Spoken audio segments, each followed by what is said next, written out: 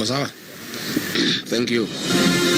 Dear Kenyans, members of the press, first I want to express my greatest thanks to Almighty God for the far we have been over for the last nearly 2 years since my illegal removal from office in October 2024. Those nearly 2 years of being condemned and hard have not been easy. We have had an opportunity before a 3-judge bench of the High Court, whose unfavorable decision is now out. But the fight is still on. To my family, Reverend Dorcas Rigadi, my sons Kevin and Keith, I thank you most sincerely for standing with me all through. To the millions of Kenyans who have stood with me in solidarity, I say thank you, and I'm greatly indebted to you. To my legal team led by Senior Counsel, Honorable Paul Moite, I want to sincerely thank you for your great representation. Your strategy, professionalism, and dedication made all the difference. I also thank the several independent counsels who litigated various petitions on this on behalf of Kenyans. I'm incredibly grateful to have had you on my side and the side of Kenyans. To the millions of Kenyans who believed in me, stood with me every step of the way, I cannot thank you enough. My heart is full. Your love has been overwhelming. To my core principals, Honorable Stephen Kalonzo Musyoka and Eugene Wamalwa, before, during, and after the impeachment, you have been with me every step of the way. To my core principals of the United Alternative Government, you have been a family to me. To the senators and MPs from across board who stood with me, you were harassed, intimidated, but refused to succumb to bribery. May God bless you. The journey has just begun. To the innocent civil servants, including gardeners, cleaners, tea girls, office messengers, who suffered the brunt of this regime, you were harassed, intimidated, threatened, and embarrassed. Justice will be served one day. This ruling was about you. I know it still pains you, but I thank you very much for standing with me and my family all along. May God bless you and your families most sincerely. We stand here today with tremendous respect to the judiciary of our country. While we respect the ruling of the High Court, we totally and fundamentally disagree on the interpretation of the law and application of facts. The long-standing legal principle of natural justice and the right to a fair hearing has been trashed and ignored in broad daylight. What a sad day for those whom have undergone this in the past and those who face the same in future. We shall proceed to file an appeal at the Court of Appeal on the decision and hope that justice shall prevail. The framers of the Constitution provided for an appellate and Supreme Court. We believe we shall fight to get justice one day. Dear great people of Kenya, just like the millions of you, I'm shocked by the 350-page decision of the 3-judge bench of the High Court of Kenya, pronouncing itself and holding that my right to fair hearing under Article 50 of the Constitution was violated, and then ironically purporting to uphold the impeachment.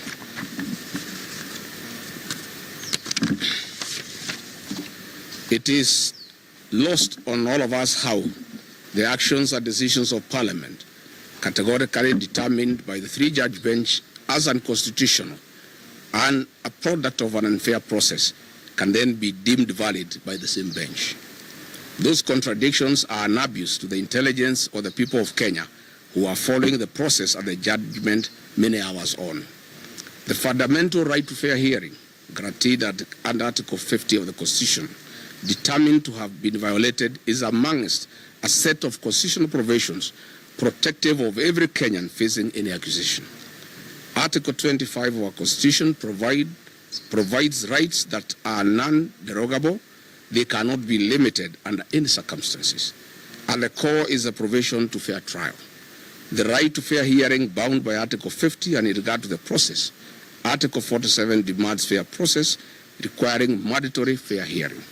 We strongly observe that the impeachment process was found faulty by the 3-judge bench for failure to respect my right to fair hearing in the violation of Article 25, 47, and 50 of the Constitution. Once that determination was made, the entire process collapsed and was null and void. There was no impeachment. This was a constitutional coup, an abuse to the people of independent Kenya. The three-judge bench was obligated by operation of the law on determination or violation of the Constitution to set aside the impeachment. The decision by the bench to then purport to uphold the impeachment in the face of its decision or violation of the Constitution is in itself a violation and derogation of its responsibility under Article 165. Decisions made in violation of the Constitutions are null and void. Lord Denning in McFoy declared that if an act is void, then it is, in law, a nullity. It is not only bad, but incurably bad. You cannot put something on nothing and expect it to stay there. It will collapse. How then would a three-judge bench argued that the non-derogable right to fair trial was violation in the impeachment process? Then they turned around and tell the Kenyan people that regardless, the impeachment was valid. What a paradox. Dear Kenyans, we recall that on 31st October 2024, while setting aside conservatory orders issued by the High Court, this very bench gave an undertaking in open court that there did not exist any violation without remedy or outside the reach of the court. They further argued that in the event and as a consequence of setting aside the protective conservatory orders, they determined that if the impeachment process was unconstitutional, they would reverse any actions and decisions taken pursuant to the impeachment. The Attorney General gave the same undertaking through counsel Professor Gedu Muigai Emeritus. 2 weeks ago, the Honorable Justice Ogola, the presiding judge, categorically stated that the petitioners could not restrain it on the remedies on finding of the unconstitutionality of the impeachment, including the possible reinstatement as a deputy president. Further, on seeking of conservatory orders initially, the High Court insisted that petitioners should allow the parliamentary process to complete since any decision would be amenable to judicial review. It is then astonishing that in this judgment, after pronouncing itself and determining that the impeachment process violated my right to fair hearing, the three-judge bench purported to hold that the impeachment was nevertheless valid and permanent. In yet another paradoxical determination, the bench decided that the Senate failed to follow expected constitutional impeachment process by refusing to use the required select committee. The Senate instead moved directly to plenary. Then, for no determined reason, in a single sentence, claimed to be bound by the Supreme Court decision in Sonko case, which was in regard to impeachment of a governor, and which decision the bench went on to distinguish. This was exceptionally incomprehensible. Dear Kenyans, in this regard, earlier today, I held a consultative engagement with my legal team led by Senior Counsel Paul Kibuge-Muite, and we have clearly analyzed the judgment and have instructed them to challenge this judgment at the Court of Appeal. For avoidance of doubt, I moved to the High Court to fight for my rights and those of Kenyans who participated in the 2022 general elections that have been violated. My prayer was to seek the quashing of an illegal process of impeachment. It is only after the determination of illegality, as has already happened, and setting aside of the impeachment, as should have happened, we were to consider asking for damages for constitutional violations. The 50 million Kenya shillings awarded to me is an insult to my fundamental rights and freedoms and a mockery of the Constitution. We are not interested. Money was never the issue here. Justice and constitutional supremacy was. I am one Kenyan leader who will not and cannot be swayed by promises of money to allow violation of the Constitution. I stand as a matter of principle to protect constitutional rights and defend the Constitution. This is an oath that I sow, and Kenyans know me for that. If I was interested in money, Mr. William Ruto had offered me 2 billion Kenya shillings in an effort to entice me avoid impeachment and choose resignation. But I stood for my rights and that of over 7 million Kenyans who voted for me. I rejected this offer and faced the National Assembly. This is in public domain. No offer, no amount of money can stand between me, my rights, and the rights of the citizens of Kenya under the Constitution. So if I could reject 2 billion, offering me 50 million is a serious joke. And our retired principal called me last night, listening to the judgment, that my rights were violated, but if the impeachment is vacated, there will be a constitutional crisis because there will be 2 deputy presidents. And this lady who has gone to school summarized the whole argument in a very simple manner. She told me it was like a man who wants to take your wife and organizes with the police to prefer false charges against you, connives with the magistrate to have you imprisoned so that he can take your wife. And then you are imprisoned without undergoing fair trial. While serving your sentence, you move to the High Court to challenge the imprisonment. And the judge of the High Court comes to the conclusion that the imprisonment was unfair, it was wrong, because he was not given fair hearing. Then the judge goes to pronounce that he is unable to release the prisoner because in his absence, his wife was married by another man. And if he releases that man to go back home, there will be a crisis in the village because there will be 2 husbands. And then he tells the prisoner, let me look for some little money to give you, continue staying in prison so that the man who took your wife can continue enjoying in your matrimonial home. Fellow Kenyans, my supporters and Kenyans from across the country have reached out to me. They are enraged, bitter, and apprehensive about the false narratives being spread by the state that I'm ineligible to run for office as President of the Republic of Kenya. This is a desperate and false propaganda by those terrified of my candidature. William Ruto knows Gachagua is the man to send him home. And those around him are terrified of my candidature. That is why we had this very, very embarrassing judgment yesterday of finding that my right to fair trial was violated, but then the impeachment cannot be lifted. This is a desperate and false propaganda by those terrified of my candidature. Article 99, sub-article 3 of our Constitution provides, in clear and ambiguous terms, that no reason, no person shall be barred from vying as a candidate in any election unless and until all avenues of appeal are exhausted. This erroneous judgment of the bench previously determined by the Court of Appeal have been unlawfully empaneled has taken nearly 2 years. And that was just the initial stage of the appellate process. I will be vindicated by the Court of Appeal, hopefully, once again, with a further protection at the Supreme Court still in my hand. I wish to confirm to my supporters across the country that I'm eligible to vie as a presidential candidate and that I'll be on the ballot on the 10th of August 2027 should the formula that will be agreed upon by the United Alternative Government favor me as a single presidential candidate. When I was hounded out of office in October 2024, I retreated to my village in Wamunyoro and held consultative engagements with the people of Kenya for 4 months, including men, women, millennials, Gen Zs, the clergy, lay Christians, professionals, business people, retired civil servants, and opinion leaders.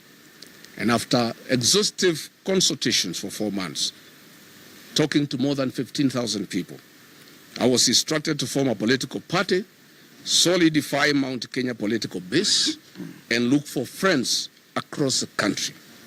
This I have successfully done. The mountain is united to a man, and we now have arguably the most popular political party in the country, DCP.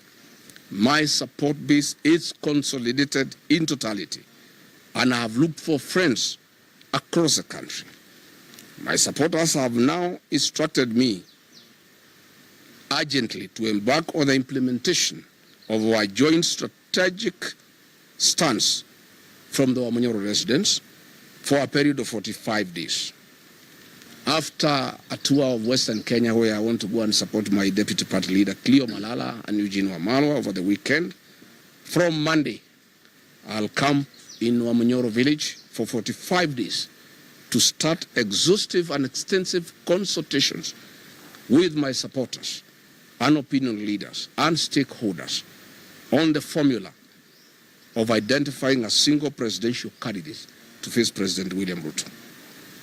Following the High Court ruling, my 60-member caucus of elders and professionals, including the clergy and the youth who advise me on political, social, and economic issues on a daily basis, held a virtual meeting last night following the judgment that was reached by the 3 judges. And now they have instructed me as follows: that the work of political mobilization to remove President William Ruto from office is complete, and there is no need for further political mobilization. They have now tasked me to engage of what in their view is of utmost priority: the identification of a single presidential candidate to face President William Ruto. They have asked me to move to Wamanyoro and meet stakeholders, opinion leaders, and all the people who matter in our political formation to seek their mandate and authority to initiate negotiations with my core principles with a view of identifying a single presidential candidate. They have instructed me that having a single presidential candidate against President William Ruto is not negotiable and is the only way to liberate this country. And they have asked me to stick to that commitment. And I therefore want to assure the people of Kenya that regarding Gachagua, on instructions from his supporters, who are in millions, nearly 10 million people, who will lead from the front to identify a single presidential candidate to face President William Ruto. From our corner, we have 2 plans, Plan A and B, that we shall discuss with the stakeholders for 45 days. You will not see me anywhere in public rallies. I will be in Wamanyoro, doing very, very serious, extensive consultations, because this is critical for the country. It's extremely critical for the country. We have 2 plans. Plan A is to mobilize support from across the country in the event that my colleagues and the formula we shall agree on favor me as a presidential flag bearer. Plan B, in the event that the formula does not favor me as a single presidential candidate, to get mandate from my supporters to, jointly with the other core principles, identify a single presidential flag bearer to face President William Ruto. I want to reiterate and firmly state to the people of Kenya that I remain committed to work with my colleagues in the United Alternative Government towards the cause of a single presidential flag bearer. I remain hopeful that I will be that candidate for the election of the presidency. I have the capacity and the muscle, I have the infrastructure and the presidential experience, I have the necessary networks and great mobilization capacity, numbers behind me, and a very good strategy for the presidential campaign.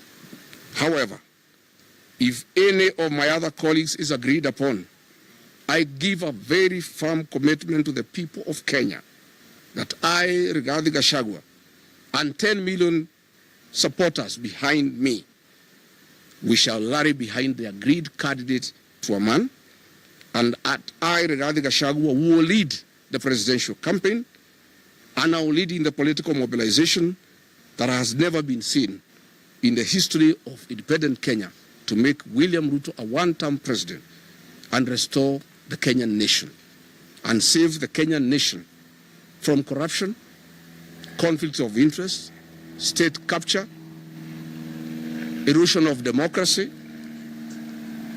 extrajudicial killings, wanton sale of public assets, and the embarrassment that our country has faced for meddling in our foreign policy. I want to say we must get back our nation. I want to say that Kenyans have lost far too much to be quantified, and we cannot lose more.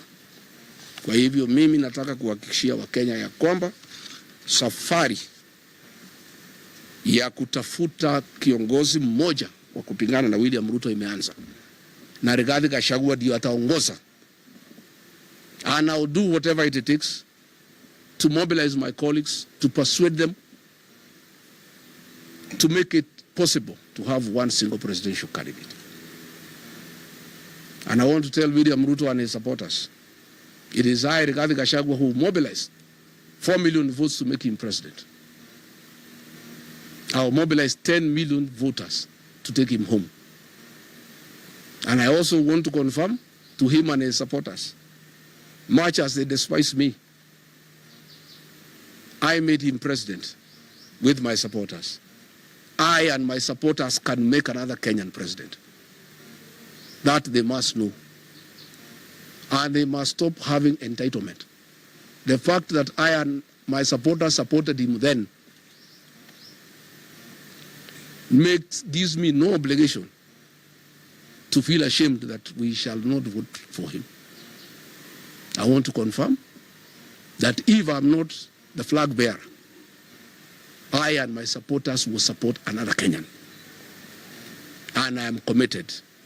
And I will do whatever it takes with my colleagues to make sure there is no division within the opposition, to make sure that everybody moves along, to persuade all my supporters to move along with me, that in case it is not me, I'll persuade all my supporters. All my supporters, including President Uhuru Kenyatta, who is my supporter, that all of us from our support base will put our vote in one basket in favor of the agreed presidential candidate, be it Rigathi Gachagua, be it Kalonzo Musyoka, be it Fred Matiang'i, be it George Natebea, be it Eugene Wamalwa, be it Edwin Sifuna, be it Martha Karua, it does not matter. Once we agree, and we shall agree, and I can tell you the commitment is total, we shall move on. I have left the issues of court now to my lawyers. I have no other responsibility from today. It is to make sure that we have one single presidential candidate against President William Ruto. Once that is achieved, I will then get back to the ground and start political mobilization. But in the meantime, after this weekend when I go to Western, you will not see me again in political mobilization. We are moving now into the phase of strategy to identify one single presidential candidate, and then after that is done, we start the work of political mobilization. Asanteni sana. Hakuna maswali. Nafikiri is very clear. Yeah, bana. It's very clear. It's good. It's clear. Karibu. Iko